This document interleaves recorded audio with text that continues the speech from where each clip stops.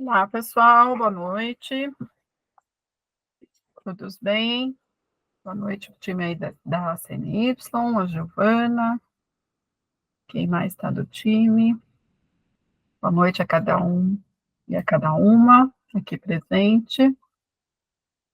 Fiquem à vontade para abrir a câmera, para a gente poder se ver. Quem não estiver nas melhores condições, também não tem problema. Pode. Boa noite a todos. Oi, boa noite. Niltácia, é isso? Nome diferente, é isso mesmo? É esse nome diferente mesmo. Bem-vinda. Obrigada. Lênia, Boa Noite. Virgínia, Milena, boa noite. Boa noite, Boa Milena, noite. Olá, boa Beatriz. noite. Tudo bem? Tudo bem, e você? Tudo bem, tudo tranquilo. Dei, assim, uns 5 minutinhos a mais, né? Porque, enfim, estamos sempre na correria, né? Para o pessoal ir entrando. Vou, então, compartilhar com vocês a minha tela. E aí, se vocês quiserem interromper em algum momento, vocês me avisam, né? Porque eu vou perder um pouco da visibilidade aqui de vocês, tá bom? Vou conversar um pouquinho sobre esse tema que a gente propôs para hoje, que é discutir moda e espírito do tempo, quais são essas conexões, e depois abrir para, enfim, dialogar com vocês sobre essa temática e também sobre a nossa proposta de formação do MBA Negócios e Estética da Moda, tá bem? Gi, vou compartilhar aqui a tela. Estou com... acho que começa com tela inteira.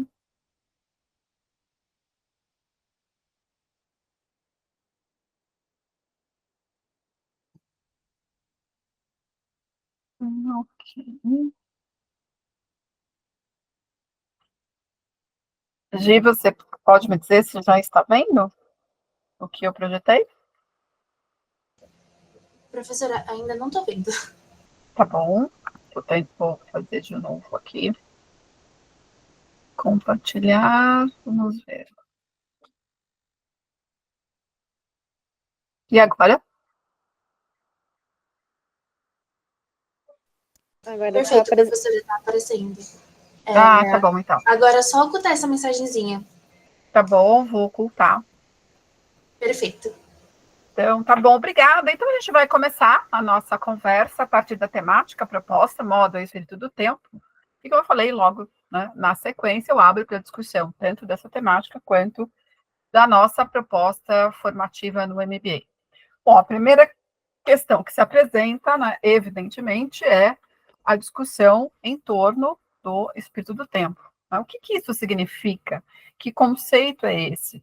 E por que a gente se apropria, traz esse conceito para a discussão dentro do contexto da formação em moda? A primeira referência que a gente tem do espírito do tempo é de um conceito que vem da filosofia alemã, né? E a palavrinha, né, que a gente acabou traduzindo como espírito do tempo é Zeitgeist. Né? E o que seria o Zeitgeist? Seria um conjunto do clima, né, intelectual, cultural, dentro de um determinado espaço e tempo, dentro de uma determinada localidade, numa certa época. Como se fosse assim, qual que é o mood, né, no qual estamos inseridos? São basicamente características genéricas de um determinado momento histórico que todos, de alguma maneira, compartilhamos, né, impactamos e somos impactados. Então, essa ideia de um clima intelectual, cultural, dentro de uma espacialidade e de um tempo determinado. Quem cunhou esse conceito foi o Hegel, né, por isso que eu falei que vem da tradição da filosofia alemã, e a gente começa, né, a fazer essa transposição, principalmente ali no final, no fim da virada do milênio, século, né, 20 para o século 21, que a gente começa a falar mais, né, proximamente desse conceito dentro do contexto de estudar as tendências de moda, mas não apenas de moda, nas tendências de comportamento em consumo de uma maneira geral. Né? Então, o Zeitgeist espírito do tempo. E o que o Hegel trazia de tão interessante nas proposições dele? Tá? Ele acreditava que a arte reflete, pela sua natureza, a cultura de uma época.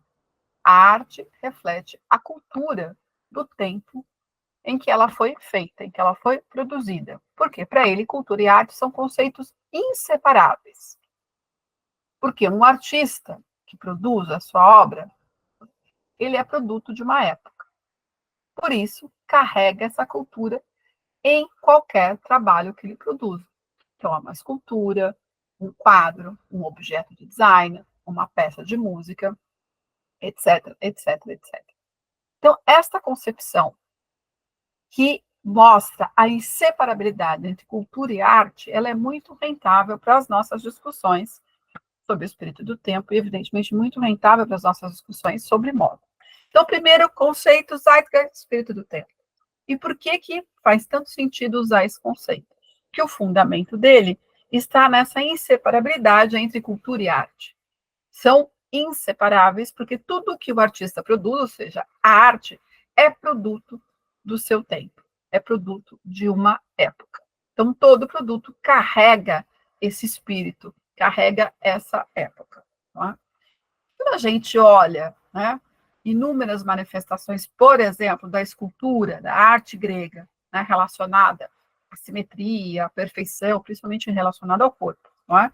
Mas também às paisagens, mas aqui mais focada, né, a escultura, a gente percebe o quanto estes parâmetros, ainda que ressignificados, atualizados no mundo de hoje, né, se a gente pegar quando a Beyoncé vai com o Jay-Z para fazer um dos seus clipes no Louvre, né, e por acaso uma das imagens tem lá uma escultura grega ao fundo, né, ela está querendo trabalhar alguns elementos daquela arte, evidentemente ressignificados ao tempo de hoje. Então, aqui há um diálogo do espírito do tempo grego e, evidentemente, o espírito do tempo da produção desse objeto cultural, que é, por exemplo, um clipe da Beyoncé. Ou quando a arte tecnológica, né, a arte digital, vai buscar essas referências. Então, ela está dialogando com o espírito do tempo do passado grego e, evidentemente, o espírito do tempo presente, pode até dialogar com o tempo futuro. Toda vez que a gente fala de espírito do tempo, de Zeitgeist, também vem uma outra palavrinha, né, que é tendência, muito utilizada também no âmbito da moda. Tá? Então, a palavra tendência é de origem latina, significa inclinar-se, tender para, né, ser atraído por algo que chamou a atenção. Então, quando a gente fala da tendência, a gente percebe quase que inequivocamente uma linha indicial, né, que te aponta para algum lugar, para alguma direção. Tá? Ela também pode ser compreendida como uma vontade que se transforma, muitas vezes, em comportamento, com ou sem a consciência do indivíduo, não é? Com ou sem a consciência de cada um de nós. Às vezes são ações deliberadas conscientes e outras tantas motivadas por atuações a partir do nosso inconsciente. A palavra tendência, ela é bastante polissêmica, tá? Ou seja, cabe muita coisa e ela expressa muita coisa. Ela serve tanto para nomear fenômenos muito simples, muito básicos, muitas vezes básicos, né? Então, eu posso usar a palavra tendência. A tendência agora é usar poá, é usar, por exemplo, as bolinhas. Ou a tendência agora é usar renda. Tá? Então, para coisas tão simples quanto isso, e para movimentos extremamente complexos, né? De natureza muito mais profunda, né? Com enraizamentos multidisciplinares, como é o caso, por exemplo, da teologia da libertação. Então, a gente pode dizer, usar a palavra tendência para falar do novo ritmo de carnaval, então a tendência agora é o ritmo tal, ou para falar de um movimento muito mais profundo, por exemplo, a tendência agora é de um reavivar da teologia da libertação, por exemplo, né? Um movimento muito forte na Igreja Católica já há algumas décadas. Tá? Então, cabe muita coisa na mesma palavra, né? Coisas simples e coisas extremamente profundas. E quando eu falo de tendência, vem uma outra palavra junto com ela, que é futuro. Né? Quando a gente fala de tendência, que ela aponta, ela é indicial, né? A gente também está pensando para frente, para essa dimensão visionária, para o que está lá no futuro. E o desejo de descobrir o futuro, de compreender o futuro, de saber antes do futuro, né, de antever o futuro, é uma constante na história da humanidade. A gente, desde sempre, a gente vai buscar na história, e há referências de mediações que possibilitavam, de alguma maneira, vislumbrar o futuro, antever o futuro. Né? A diferença do lá atrás, né, do passado, milênios, né, de alguns bons séculos atrás, para os tempos de hoje, é que lá, no tempo, né, nos tempos antigos, o futuro já existia. E a nossa função era o quê? Desenvolver mecanismos para desvelar, ou seja, para descobrir algo que já existia. No mundo contemporâneo, o futuro não existe a priori. Ele é construído dia a dia. Tá? Então, no passado, o futuro já existia e todo o nosso esforço era no sentido de tentar desvelar esse futuro. E nada que eu fizesse ia mudar. Né? Para quem conhece um pouco de mitologia, entende, né, de maneira aprofundada este princípio sobre o futuro já existe. Então, eu posso trazer referências históricas, por exemplo, né, de séculos antes de Cristo, do templo de Elfos, ou do oráculo de Delfos, onde até hoje você tem lá as ruínas, onde não é, os políticos, né, os grandes líderes da Grécia Antiga, consultavam, né, esse oráculo, buscando respostas, muitas vezes que vinham de forma confusa, né, imprecisa, até enigmática, sobre as grandes questões do seu tempo. Por exemplo, sobre questões de dominação, de guerra, de traições. Então, tentando sempre o quê? Desvendar o futuro. Né? O que o oráculo tem a me dizer. Isso para pegar referências muito antigas. Mas a gente tem, ao longo da história da humanidade, infinitas, podemos dizer assim, mediações. Né? Desde magos, bruxas, bola de cristal. E as mediações, eu posso ler o futuro nas cartas, eu posso ler nas velas, eu posso ler nos espelhos, não é? Adivinhação por meio dos espelhos, eu posso ler a partir do que veio a ser a numerologia hoje, não é? A aritomancia, né? A adivinhação a partir dos números, que deu origem, como se fosse uma forma antiga da numerologia. E tem as coisas, podemos dizer assim, mais bizarras, leitura do futuro, na fermentação do queijo, né? Nas bolinhas do queijo, nos buraquinhos, ou na borra de café, de uma tradição bastante presente na cultura árabe. Não é? O que a gente percebe é que muitos eram esses mecanismos muitos existem até hoje, não é? Porque tinha essa clareza em relação a um futuro pré-existente e que, se eu me esforçasse, eu poderia descobrir, desvelar esse futuro. Como eu falei, essa relação entre futuro e tendência ela é bastante íntima. Não é? O que a gente percebe é que, mesmo hoje, com a clareza que temos, que nós somos responsáveis por construir nosso futuro, não que ele já está determinado, a gente continua buscando, né, se esforçando para conhecer o futuro. No entanto, hoje a gente tem mecanismos, vamos dizer assim, metodológicos, que é o que a gente chama de estudos de tendências. Tá? A principal tarefa aqui nessa citação do Daniel, a principal tarefa dos estudos de tendência é expandir os espaços de possibilidade, ou seja, entender as potências.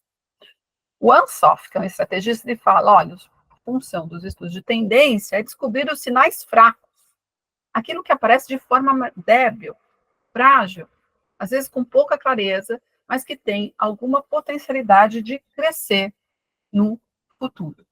Tá? Então, a tendência, ela não se concretiza completamente, ela aponta uma direção. A ideia de incerteza é inerente ao conceito de tendência, pode se concretizar ou não. Tá? Então, a incerteza é algo que está previsto. Eu trouxe aqui a definição do Dário Caldas, que tem 20 anos. Não é?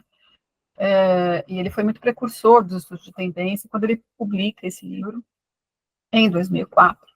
E um dos aspectos que chama atenção é a ideia de incerteza da tendência que ela carrega.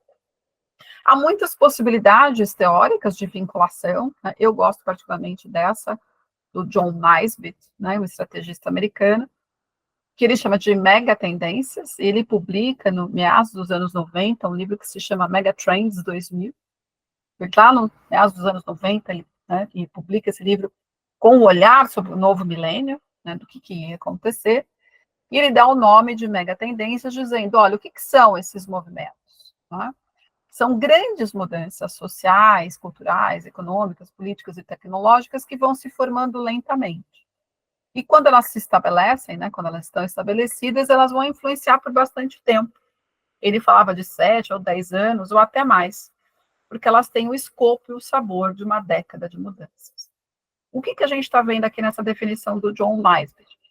Que a temporalidade alongada é uma característica da tendência, o que tensiona exatamente o conceito que a gente usa em moda, né, que é de efemeridade. Quando eu digo que a moda é usar poá, daqui a alguns meses eu falo, não, agora a moda é usar renda, ou agora é usar a estampa de animal print, ou agora não, é usar pérola, a gente está falando de manifestações muito mais aceleradas, né, muito mais frágeis e efêmeras, próprios do universo da moda. Se a gente quiser se aprofundar nesse tema, não é? O Lipovetsky é um autor importante dessas reflexões, não é? Recomendo a leitura. Não é? Portanto, entender essas grandes mudanças é quase tudo. Né? Entender esses grandes movimentos, que a gente poderia chamar de cenário, contexto, lá no Marx se chama de macroambiente, não é? Entender esses grandes fenômenos é uma parte importante, né, para a gente entender o espírito do tempo. No mais, eu preciso entender, além do contexto, o macroambiente, né, a cena na qual todos nós estamos inseridos, eu preciso compreender os objetos, a cultura material, as coisas e o que os comportamentos significam. Então, os objetos, as coisas, a cultura material e imaterial hoje, né, não vou falar só de cultura material, temos que falar também da imaterialidade, né, quando a gente fala de consumo midiático, consumo cultural, não é? Consumo dos aplicativos, a gente tem aí um universo bastante importante de cultura imaterial também. Não é? Então, entender o contexto, entender as coisas, os objetos, a cultura material e a cultura material, e os comportamentos, como as pessoas se comportam. Não é? É o que vai nos dar o melhor caminho para a gente entender os artes. Quando a gente olha, né, essa virada aí do século XIX, século XX, século XXI, para pegar aí os tempos mais recentes, por assim dizer, a gente nota, né, o século XIX para o século XX, grandes avanços, né, direitos humanos, em áreas muito diferentes, né, telecomunicações, os aviões surgem, logo depois surgem os carros, na área médica, a penicilina, a anestesia, dá para imaginar o que era, né, antes e depois da anestesia, o que é um curativo, uma cirurgia, né, coisas extremamente dramáticas. Então, essa virada do 19 para o 20 foi, né, um momento de grandes evoluções em áreas muito diversas. E o que a gente percebe, né, na sequência, a gente tem uma tensão muito grande, né? Passando do 19 para o 20, um extraordinário desenvolvimento da ciência, da técnica, da economia, da sociedade como um todo, ou seja, todo o esclarecimento acerca dos direitos da pessoa humana, ao mesmo tempo uma grande, né, capacidade de inventar e uma grande capacidade de destruir. E o século XX foi o século mais bélico da história da humanidade até aqui. Né? Foram 2 grandes guerras mundiais, né, com mais de 100 milhões de vidas ceifadas em guerras no século. Essa é a estimativa que se tem das 2 grandes guerras. Bom, vários autores vão trabalhar as consequências dessa virada, né, do século XIX para o século XX e a evolução do século XX das 2 grandes guerras com as suas consequências. Né? Então, a gente percebe essa grande perda humana, né? Esse belicismo muito próprio do século XX, mas a gente tem outras questões, né? A gente começa a ter o esgotamento do ambiente natural também no século XX, isso, evidentemente, na segunda metade do século XX, final do século XX, mais ainda.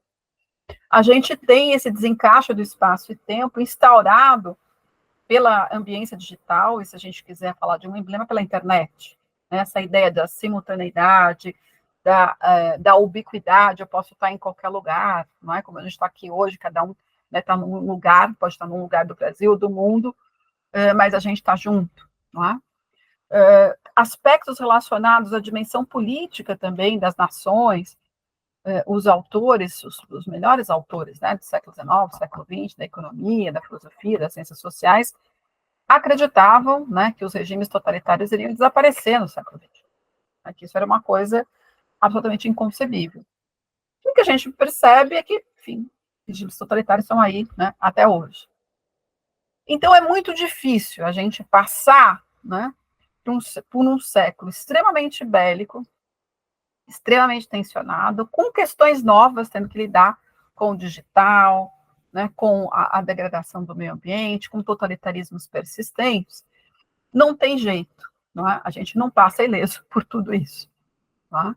E ocorre o que alguns autores vão chamar de desintegração dos mitos modernos, outros vão chamar de fim das grandes narrativas, de desintegração, de diluição das narrativas, cada um vai aí por um caminho.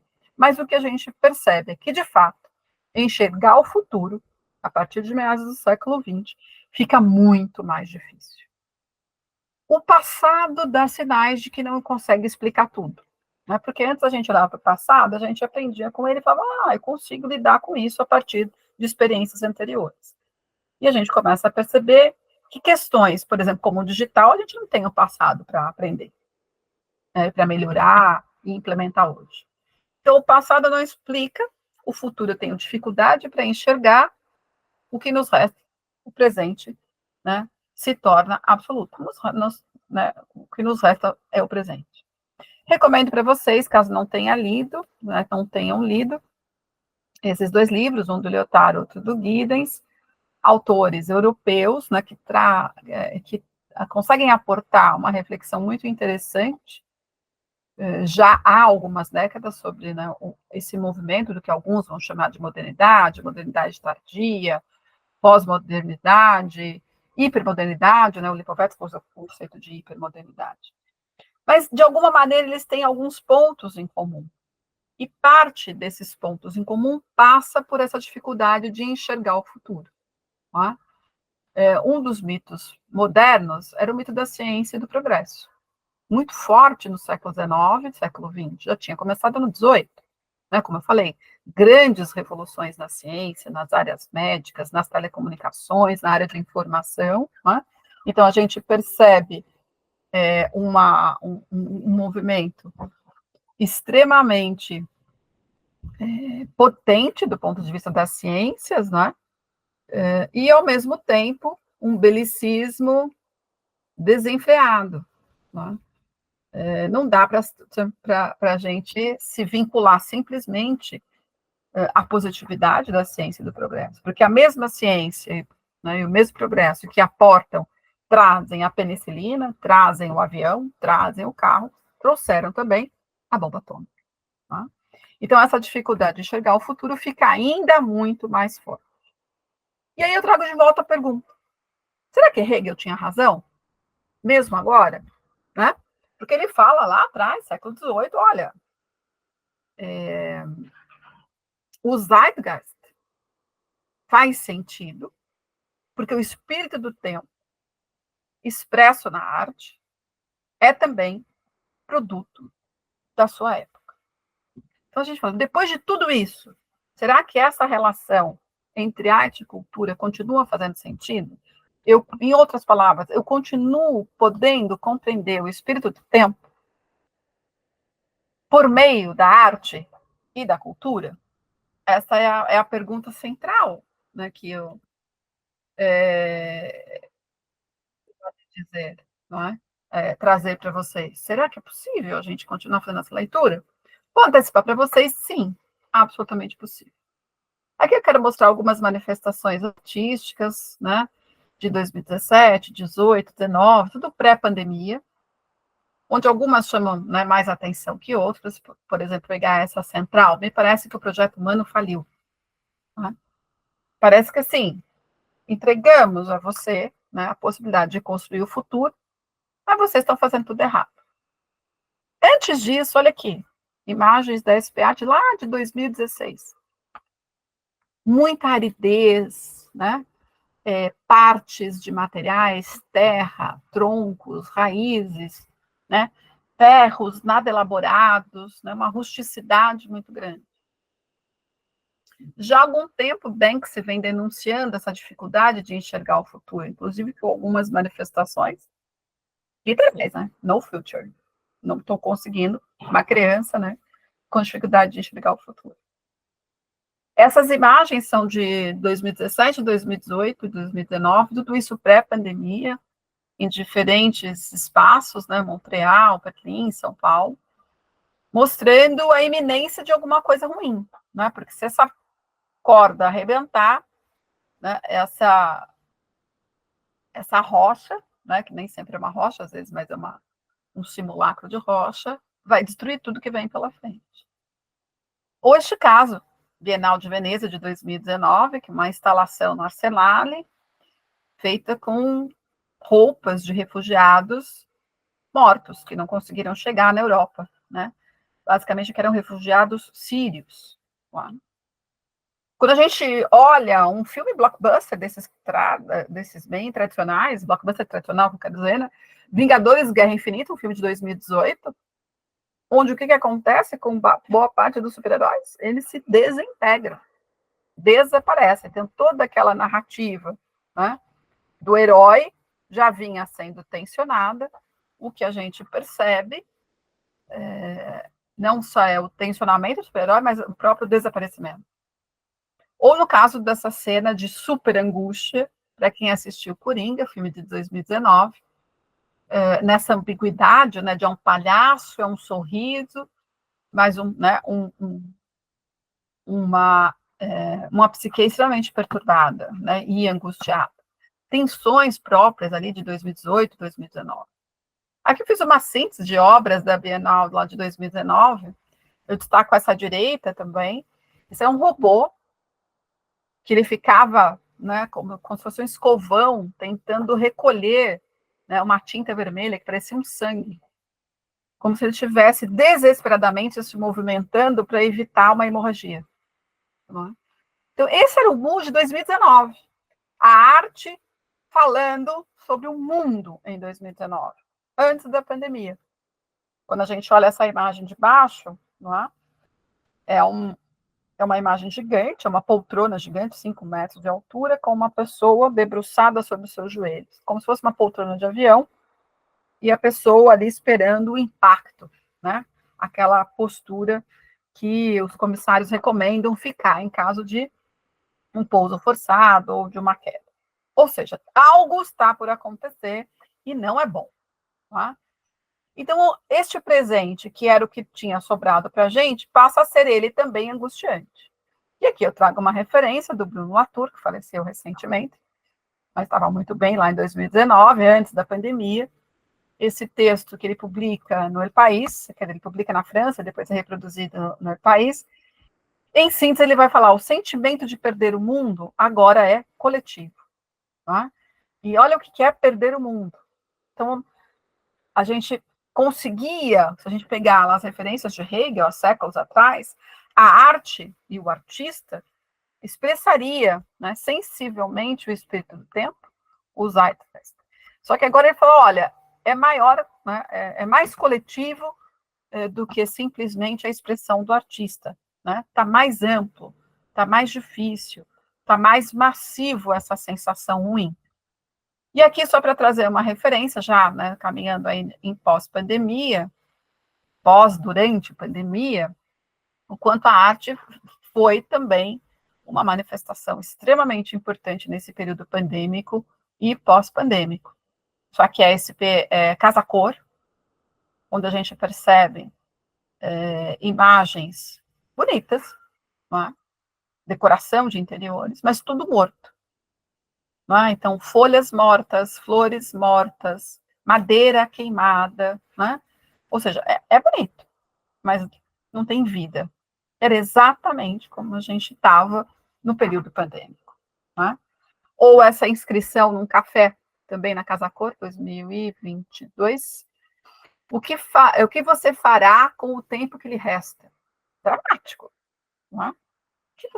Lembrando da finitude da própria vida. Né? Essa obra dos macaquinhos, ela volta o tempo todo. Né? Ela estava também presente na SP Arte de 2022, tensionando a questão da racionalidade e da irracionalidade. Essa obra da Adriana Varejão, ressignificada agora, também cheia de espinhos. Tá? E essa coleção, né, de uma exposição individual que ela fez na Pinacoteca em 2022, ainda durante a pandemia, agosto de 2022, intitulada Suturas, Fissuras e Ruínas, ou seja, né, trazendo de uma forma bastante visceral, né, os dramas pelos quais a gente vinha passando. Ou essa obra do Flávio Cerqueira, também na Bienal, na SPA, desculpa, não, na Bienal, onde sugestivamente, né, tem umas perninhas como se fosse um menino, né, um adolescente, uma criança um pouquinho maior, tomada, né, pelo peso do que seria o nosso próprio país. Né, são livros sobre o Brasil.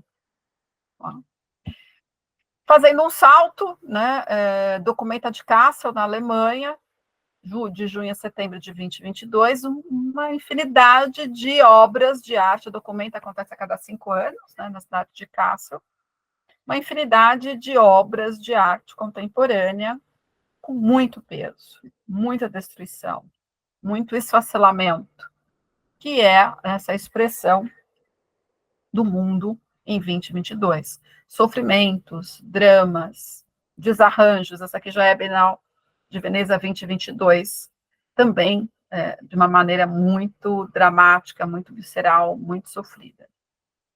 Fazer um salto para a Bienal de Arte de São Paulo, do ano passado, né? A gente percebe novamente muitos materiais inacabados, terra, tijolos, farrapos, tecidos velhos, barbantes, ou seja, esse desalinhamento e essa desestruturação muito presente. E eu trago para vocês aqui algumas imagens da semana passada, 6 de abril, SPAT aqui em São Paulo, não é? It's over, um pouco assim, bom, acabou, não é? Ou essa escultura, evidentemente, de muito sofrimento, né, como algo tentando brotar de dentro do humano, mas este algo também está morto. E, novamente, ressignificada, Adriana Varejão, muito presente. Essa é uma outra obra dela, né, onde a gente vê, literalmente, as vísceras aqui sendo expostas. Bom, e a moda? Então, a gente viu que a arte ela é capaz de expressar o espírito do tempo. Arte contemporânea. Será que a moda também é capaz de fazer isso? Peguei aqui algumas imagens, sempre assim, de anos atrás, para a gente caminhar um pouquinho. Né? Desigual 2015 foi uma das marcas que a gente percebe que tem uma força enorme na discussão sobre a inclusão. Né? Lembrando que a gente faz essa discussão na moda há poucos anos, né? Aí deve ter uma década mesmo, trabalhando o tensionamento com essa ideia de um corpo perfeito. Tá? E aqui, uma modelo com vitiligo, nessas manchas na pele, sendo modelo. Né? Então, ela pode ser modelo de uma marca, evidentemente, que trabalha essa questão da inclusão. Então, começou a explicitar isso de uma maneira muito mais potente. Aqui, alguns anos depois, numa outra perspectiva, né, Diesel trabalhando uma dimensão interessantíssima, que é cultural, falando sobre o muro, né, os muros físicos e os muros simbólicos, a discussão da multiculturalidade. Então, apontando aqui para tensões, né? Mas o muro caiu lá em 89, o muro de Berlim, né? Mas a gente continua tendo o muro que separa, por exemplo, o México dos Estados Unidos. Então, um pouco essa ideia de transposição, né? Isso tem a forma de um coração, né? Você perfurar esse muro, perfurar essa barreira por meio da multiculturalidade. Aqui eu trago 2 campanhas distintas, uma de um desfile da Chanel em 2014, dentro do supermercado. Chanel é uma grande marca de luxo, luxo tradicional, europeu, francês, não é? que vinha numa perspectiva muito voltada para um luxo quase que exorbitante, de repente bota lá o desfile dentro de um supermercado. Evidentemente, supermercado estetizado. Mas a gente tem que fazer a pergunta, mas o que significa um luxo dentro do supermercado?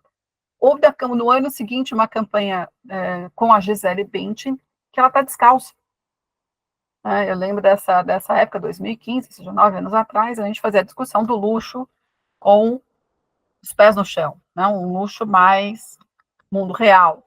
Ou em 2016, quando a mesma Chanel, só para pegar, né, uma sequência, vai e faz uma campanha em Cuba, né, tensionando, né, todos esses aspectos culturais e de apartação que são próprios daquela região. Tá? Então, se a arte, em todas as suas possibilidades, antecipa, prevê e manifesta, a moda, como um elemento, né, marcador da cultura, também é capaz. Essas são imagens de 2017, 18, 19, de vitrines, né, que mostram a existência de máscaras. Aqui não tinha pandemia. Mas o que essas máscaras já mostravam para a gente? Uma dificuldade de lidar com o mundo de hoje. Né? Uma dificuldade de respirar. Né? Então, por um lado, a gente já tinha algumas marcas de moda trazendo manifestações de tensão, por outro, trazendo exatamente o caminho oposto de ludicidade, de escapismo. Esse é o caso, por exemplo, de Dolce & Gabbana, tá? Ou mesmo de Louis Vuitton, 2017, 2018. Mas algumas insistem nesse tensionamento. Se a gente pega a Gucci, né, inverno de 2019, era o próprio desfile do pós-humano. Isso aqui antes da pandemia. Né? Então, modelos que desfilavam dentro de um ambiente que simulava um centro cirúrgico, né, um hospital, uma sala de cirurgia, alguns carregando suas próprias cabeças. Né? Então, trazendo sobre a perspectiva da moda, o tensionamento sobre o pós-humano. O Met Gala fez isso, com bastante propriedade, inclusive com muitas dos trajes Gucci. Né? Muitos usaram esses trajes tensionando que humano é esse do mundo de 2019. Bom, aí a gente chega na pandemia e eu gostaria de destacar um filme de 2020, ou seja, a gente percebe uma Dior buscando o seu lugar num contexto pandêmico, né, uma marca de alto luxo, faz um filme, se não me engano, o filme tem uns 14 minutos, é um filme longo, né? Totalmente, óbvio, colocado no YouTube, que nesse momento era início ainda da pandemia, né, 2020. A gente vê, depois, se vocês não conhecem, eu recomendo que vocês procurem, né? Dior Mid Fashion, um filme de 2020, alta costura Dior, né? Outono e inverno, trabalhando todo um aspecto místico daquele momento. Então, o filme começa dentro do ateliê da Dior, as costureiras produzindo mini vestidos, como se fossem vestidos para as bonecas. De repente, esses vestidos são levados a um ambiente, uma selva, aliás, uma selva até bastante tropical, um contexto mágico, onde elas iam recebendo esses vestidos e cada uma dessas figuras quiméricas, né, mágicas, vão se transformando. Tá? Então, ali o caramujo, o caracol, a escultura, a sereia. Então, diante da magia do vestido, elas criam vida. A gente tem que fazer a pergunta, mas por que Dior fez isso na pandemia? Tá? E aqui a gente percebe, aqui eu estou falando de moda de alto luxo, depois a gente vai falar de outros tipos, evidente. Não é? Mas para falar o quanto a moda ela é capaz de se conectar e de manifestar valores que de alguma maneira são aguardados ou são ansiosamente demandados. Então, tudo que a gente precisava nesse momento era de um escapismo. Porque a gente estava, né, naquele momento dramático, não tinha nem vacina. pessoas estavam morrendo, e nos chega a informação mais pesada vindo da Europa, não é? A Itália, acho que aqui era o momento no epicentro total, onde as pessoas estavam morrendo, depois, evidentemente, nós passamos por tudo isso. Mas aqui, essa ideia do escapismo, desse mundo mágico, né? Esse mundo que sai do cotidiano. Então, a marca proporcionando esse escapismo. Trago aqui alguns exemplos, né? Capa de Vogue, como editorial, né? Como um elemento da cultura de moda, dessa moda, não é? Vamos dizer assim, bastante massificada. A Vogue é uma grande marca nessa perspectiva, trazendo Covid para a sua capa. Né? Então, não deixando de fazer, até que é julho de 2020, abril de 2020. Então, é máscara, é Covid, é álcool gel, é banho, é limpeza para a sua capa. Ou essa, que é de junho de 2020, um pouquinho depois, Vogue Itália substitui fotos de modelos, porque eles não estavam, evidentemente, conseguindo trabalhar nos estúdios, por desenhos de crianças que estavam confinadas. Né? Então, o quanto aqui Vogue expressando o seu tempo. Um pouquinho depois, um desfile de Dolce & Gabbana 2021, repleto de motivos religiosos. Religiosidade clássica, inclusive. Tá? Vida de Dolce & Gabbana a gente consegue compreender. O que ela estava manifestando aqui? A espiritualidade. É uma outra forma de escapismo. Tá? Então, com a morte iminente, vamos dizer assim, fisicamente, real ou simbólica, não importa, ou seja, a morte presente no dia a dia, a religiosidade se coloca, evidentemente, como uma perspectiva importante. Não é? Aqui eu destaco já, 2021, 2022, o desfile Disturbing Beauty, da Dior para o inverno, né? 2021, 2022, trabalhando essencialmente uma perspectiva de sofrimento, né? O próprio título já sugere isso, também recomendo que vocês leiam, depois eu escrevi, né, fiz uma coluna falando sobre a análise desse filme, da Maria Chiuri, muito interessante. Então, já Dior mostrando também uma perspectiva muito forte. O que a gente percebe, esse momento pandêmico, e, entre aspas, ali um pouquinho de pós-pandêmico, traz referências interessantes a partir de um conceito, né, que é dopamina, né, ou dopamine, a era da indulgência, onde a Anna Lembke traz essa referência, e a gente foi vendo, bom, 2022, ali um pouco a gente tentando sair da pandemia, uma grande excitação. Então, essa dopamina vindo a mil, muito presente na moda, mas, enfim, na arquitetura, na decoração, no design. Então, assim, 2022 era muita cor, cores cítricas, neon, vibrações, não é? E aqui a gente tem algumas imagens que reiteram isso, principalmente do começo, né, para meados de 2022, a euforia, em alguma medida, dando esses sinais de uma saída de um confinamento com algum tipo de segurança pós-vacina, enfim, toda um volume maior de informação que a gente tinha. Né? Aqui também Dior, aqui já Prata Porter, trabalhando uma outra perspectiva que era o jogo, não é? Que também é uma forma de escapismo. O mundo imaginário, o simbolismo, a religião e o jogo. Né? Caminhos de escapismo, literalmente escapismo. Dando um salto um pouco maior, aí um semestre para frente, janeiro do ano passado, Louis Vuitton, trazendo essa exuberância, né? Essa euforia das cores e das bolas repetitivas, né? Da Yayoi Kusama, numa reaproximação com essa artista, né, que já tinha acontecido uma década antes, trazendo uma linha de produtos e uma campanha comunicacional extremamente potente, exuberante e eufórica, né, com criações aí das mais diversas.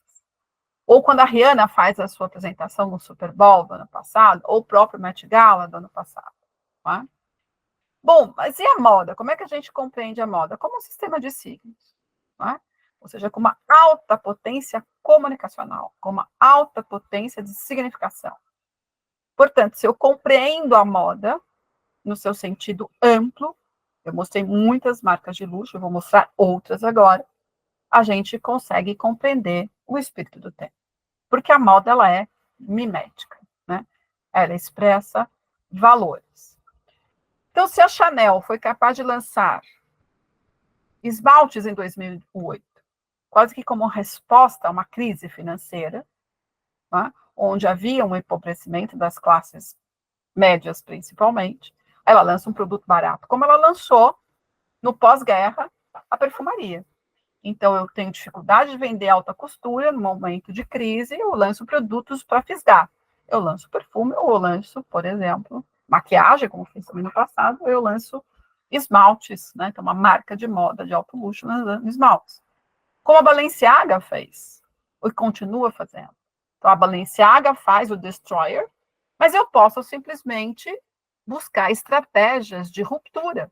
Eu posso criar o meu Balenciaga, que é uma brincadeira, né? Balenciaga, para ressignificando esse Destroyer sem pagar 10 mil euros. Né? Aqui são as estratégias de reverência, de contestação, né, de tensionamento frente a essas grandes marcas. Ou como este caso, falando agora de uma moda bastante popular. Aqui é uma imagem do Centro Têxtil de Fortaleza, né? Fotografia, estive lá fazendo o campo em 2022. Né? Aqui uma camiseta da seleção brasileira preta. O que isso significa? Né? A subsistência da tensão em relação à cor verde e amarela, né? Decorrente de todas as polarizações que a gente ainda vive, né? Mas momentos de eleição, momento de seleção, esses momentos são mais fortemente marcados. Né? Então, aqui super popular, Centro Têxtil, né? Uma camiseta da seleção preta. Então, o quanto é capaz de expressar valores? Eu queria encerrar com esta imagem, né?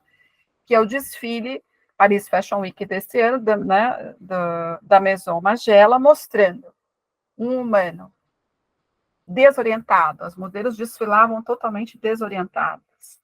Né? Então, um humano destroçado, desorientado, desequilibrado, perdido, ou seja, mostrando a persistência desses tensionamentos que a gente está vivendo ainda esse ano. E aqui, só para terminar com uma brincadeira, essa é uma foto que eu também tirei, lá em Fortaleza, de uma marca que chama Zeitgeist, né? Escrito Zeitgeist, uma marca de moda, né, que carrega o próprio conceito do espírito do tempo. Tudo bem, pessoal? Então, enfim, queria finalizar com essa reflexão final, porque a gente percebe que as marcas de moda, tanto as marcas de alto luxo, quanto as marcas extremamente populares, são capazes de expressar o espírito do tempo. O mainstream, o meio, né, a massa, aí é muito mais difícil, tá bem? Pessoal, então a gente tem aí uns 20 minutos para ouvir comentários de vocês sobre o nosso conteúdo e também sobre alguma questão que vocês queiram trazer sobre a nossa formação. Fiquem à vontade para se manifestar. Se quiser abrir câmera, é sempre melhor. Se não, se quiser só falar ou escrever no chat, também pode ser. Tá bom? Vamos lá. Comentários, dúvidas, contribuições?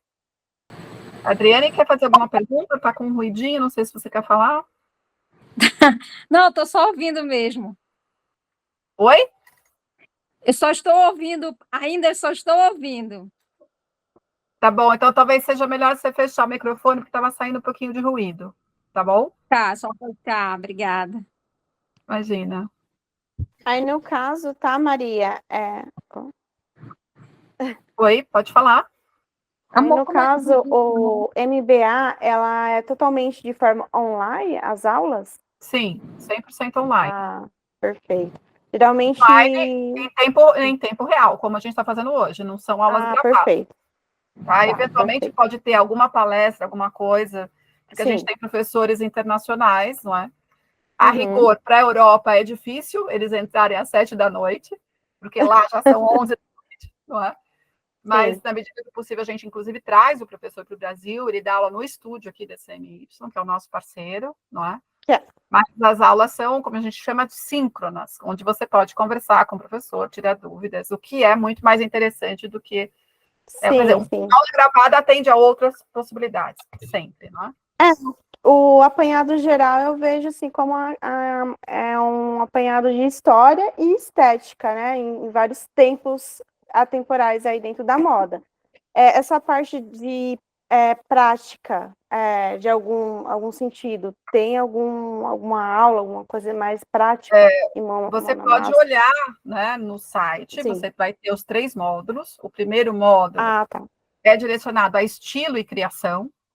Sim. O segundo módulo vai trabalhar uma perspectiva fortemente marcada de produção e gestão. E o terceiro, consumo e comercialização. Então, em princípio, a gente tem os 3 eixos. O eixo de perfeito. criação, não é? O eixo de produção e gestão e venda, não é? Porque também é muito complicado. Né? Às vezes a gente força muito. Por que a gente pensou? Então, é um curso super completo, onde tem as questões ligadas à criação, a estilo, tem a produção e gestão e tem a venda. Né? A parte de marketing, marca, tendências, não é? Porque também é uma parte difícil. Às vezes a gente tem alguns cursos de graduação que se concentram na criação, não é?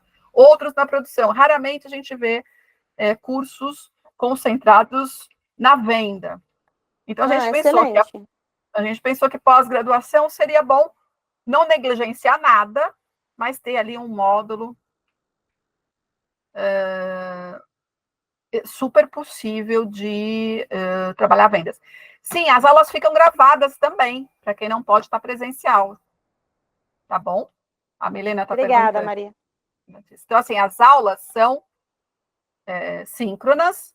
Quem não puder assistir às aulas no momento que elas estão sendo ministradas, pode assistir depois, tá bom? Durante o período de duração do curso. Deixa eu ver uma dúvida, as aulas ficam gravadas? Sim. Sim, ficam gravadas, isso. Só para deixar bem claro. O ideal é vocês assistirem em tempo real, óbvio, para ter possibilidade de diálogo.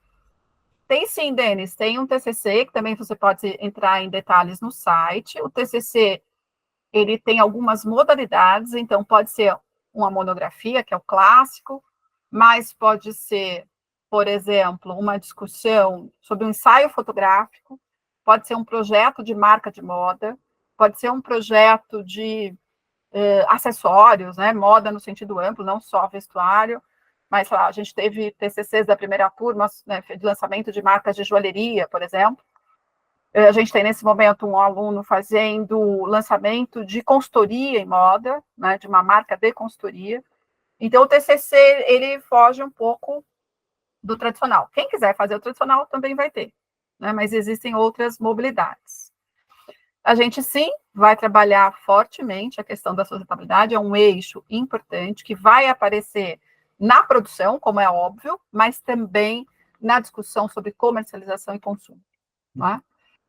Ele é bastante transversal, mas eu posso dizer para vocês, o segundo módulo, o terceiro, mais fortes, né, onde a gente vai discutir esse conceito amplo, não só de sustentabilidade do ponto de vista ambiental, mas também social, cultural, econômico. Né? Então, assim, por que o segundo módulo é importante? Porque tem toda a discussão da materialidade, né? Os materiais, os tecidos, os acabamentos, da própria produção. Mas ele permeia toda a discussão. Legal, eu sou formada em design de produtos, já fui URIVS. Então, é super tranquilo. A gente teve alguns casos, Denis, o ano passado, nos trabalhos de orientação, né, da primeira turma, a gente está com a segunda turma agora entrando em TCC, onde a gente teve, acho que uns 3 alunos que fizeram o TCC como projeto de lançamento de marca de joias. Acho que 2 casos, já tinha a marca e um criou. Né? E a divisão em módulos é isso, né? Tentar colocar os 3 eixos em diálogo, ou seja, traz a sua especificidade, mas também dialoga, vai trazer discussão sobre referência, sobre criatividade, sobre filosofia da moda, não é? Mas também mão na massa, produção e também venda, comercialização, concepção de consumo, de rituais de consumo, tudo isso a gente vai falar. Uma visão acadêmica, quem seria o aluno deste MBA? Pergunto, pois me interesso muito no assunto, mas não faço parte das áreas afins indicadas no site. Quem seria o aluno? O aluno interessado nestas temáticas. Não é? Eu acho que, de uma forma muito ampla, André, a gente tem esse diálogo. Primeiro que é um MBA da Universidade de São Paulo, né? Onde a gente tem mais de 50% dos professores, enfim, vinculados à formação de graduação e pós-graduação na USP. A gente tem alguns convidados, sei lá, estilistas, não é? A aula inaugural de vocês é com a Isa Isaac Silva, não é? Que está marcada lá para o dia 14 de maio. Não é?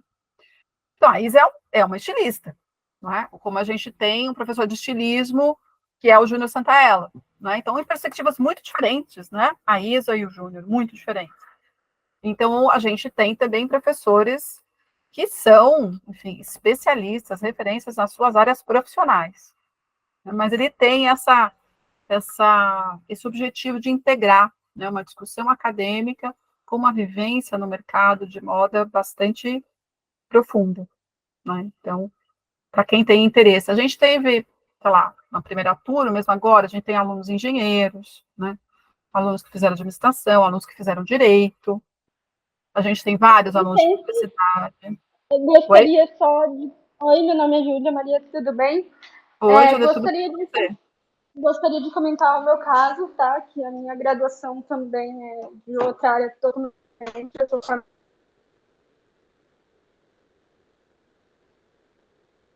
Oi, Júlia, está cortando? Você quer tentar repetir ou escrever?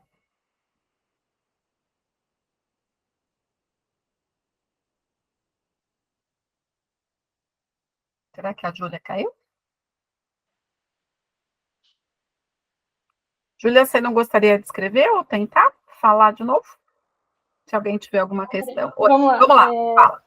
Então, eu sou de uma área totalmente diferente, né? Sou da farmácia, mas eu acabei me interessando por design de estampas, fiz um curso de corte e costura e nada a fazer o MBA.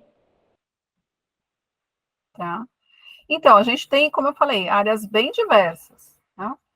Ainda que a gente tenha um corpo de alunos de moda, a gente tem, como eu falei, engenheiros, vendedores que fizeram uma formação em marketing, por exemplo, direito, psicologia, né? Que tinham essa ideia de trabalhar de uma maneira mais conceitual, moda e identidade contemporânea, moda, né, e feminino, moda e as masculinidades plurais.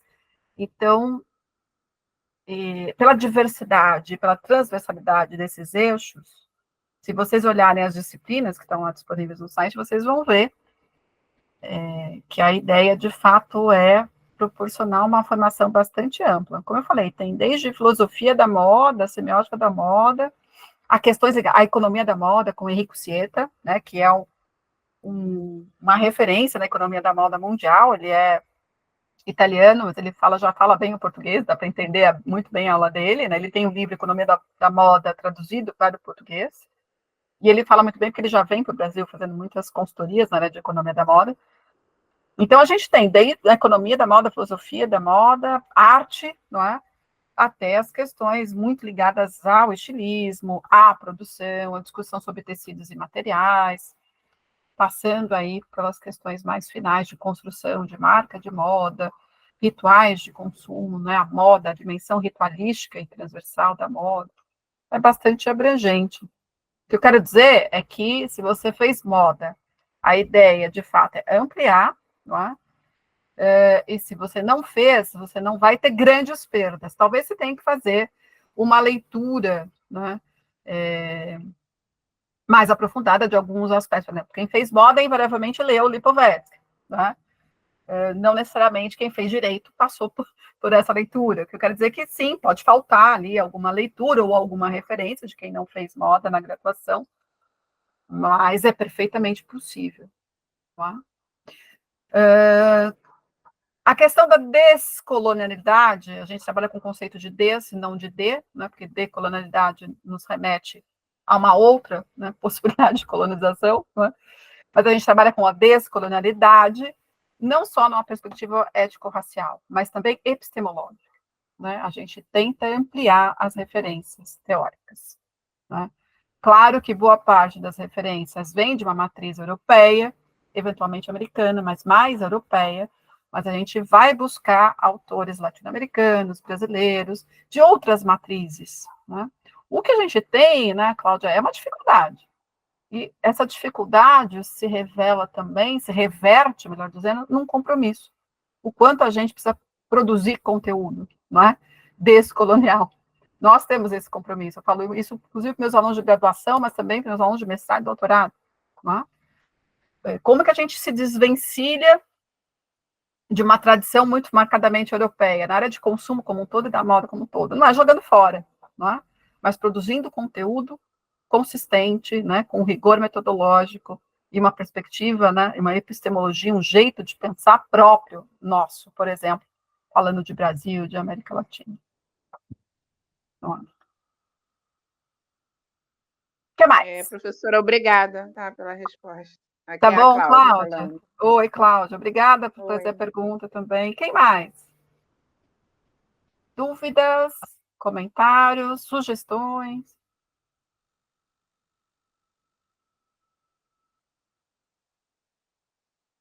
Vai acontecer alguma área prática? Não entendi o que é alguma área prática. Alguma área? Não entendi. Será que é alguma aula? Obrigada, Líbio. Entende? Depende do que você está dizendo de aula prática. Vai ser tudo online, mas claro que sim, tem dimensões práticas, principalmente no segundo módulo, que é o módulo de produção. Né? Vai ter toda a discussão dos materiais, vai ter fotografia de moda, ou seja, tem dimensões práticas, e a todo momento as práticas são, né, trazidas para a construção do conhecimento. Então, sim, o que a gente não tem como fazer, dada a natureza do curso, são práticas presenciais. Né? Obrigada, Cláudia, obrigada. Obrigada, Lívia, também. Tá bom? Tudo bem, pessoal? Obrigada, Andréia. Bom que vocês gostaram. Eu vou ficar com vocês em 2 disciplinas, além de ser, né, coordenadora do curso, idealizadora desse curso lá atrás. A gente pensou esse curso durante a pandemia, não é? E a gente vai trabalhar uma sequência, né, de dimensões que buscam fazer essa formação bastante ampla e integrada, né, integradora desses conhecimentos, como falei, desde o ponto de vista epistemológico, teórico, né, e também metodológico. E eu fico com vocês em 2 disciplinas, uma que é a semiótica da moda, que é, né, a minha disciplina, né, semiótica, a minha disciplina de formação, e que eu trabalho da graduação ao pós-doc, né, na USP, e também rituais de consumo, que é a minha área de especialidade, trabalhando com a moda, né, como eixo de transferência de significado, né, do mundo culturalmente constituído para as pessoas, né, trabalhando essa dimensão mimética da moda. Gisele, obrigada. Falar algo sobre beleza negra. A beleza vai aparecer principalmente na discussão de filosofia, mas não só a beleza negra, mas a beleza diversa, né? Então, o próprio conceito de beleza, trazendo desde a tradição grega, né, de simetrias, proporcionalidades e perfeições, até aí a beleza contemporânea ampla. Não tem um viés único, né, mas não deixará de estar contemplado, como eu falei, a nossa perspectiva é trabalhar, né, num olhar bastante diverso, inclusivo e bastante amplo, tá bom? Queridos, quaisquer outras dúvidas que surjam, obrigada, Virgínia, Anite, Vinícius, Gisele, a cada um que esteve presente nessa nossa conversa, espero ter conseguido trazer aí um pouquinho do tom que a gente constrói para esse curso, e fico à disposição para eventuais dúvidas aí na mediação.